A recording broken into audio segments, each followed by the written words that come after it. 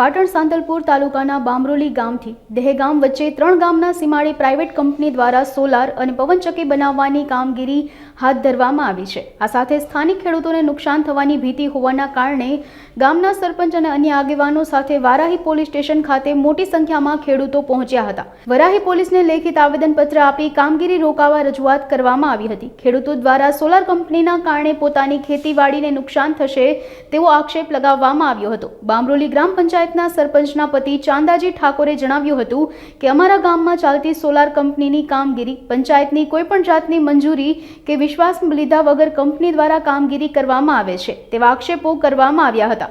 ખેડૂતોને નુકસાન થવાની શક્યતા હોય તેને લઈને કામગીરી રોકવા અમોએ પોલીસ સ્ટેશનને લેખિત આપ્યું છે। ખેડૂતોને નુકસાન ન થાય તેના પહેલા સોલારની કામગીરી બંધ કરવા રજૂઆત કરવામાં આવી છે। મારી ધર્મપત્ની સરપંચ તરીકેની ફરજ બજાવે છે। અમારા ગામની સીમમાં પ્રાઇવેટ કંપની કોઈ જમીન વેચાણ લીધેલ હોય એમાં સોલાર પ્લાન્ટ નાખેલ હોય પણ અમારી પાસે પંચાયતમાં કોઈ પણ રજૂઆત કર્યા સિવાય કે પંચાયતનો અભિપ્રાય લીધા સિવાય એ લોકો કામગીરી કરી રહ્યા છે। આની રજૂઆત અમારા ગામના લોકો ખેડૂતોએ આવી અમને કહેવાથી કે અમારાને રંજાડી અમારે નુકસાન પહોંચાડી રહ્યા છે। આના અભાવના કારણે અમે પોલીસ સ્ટેશન વારાહીમાં કામ રોકાવા માટે રજૂઆત કરેલ છે।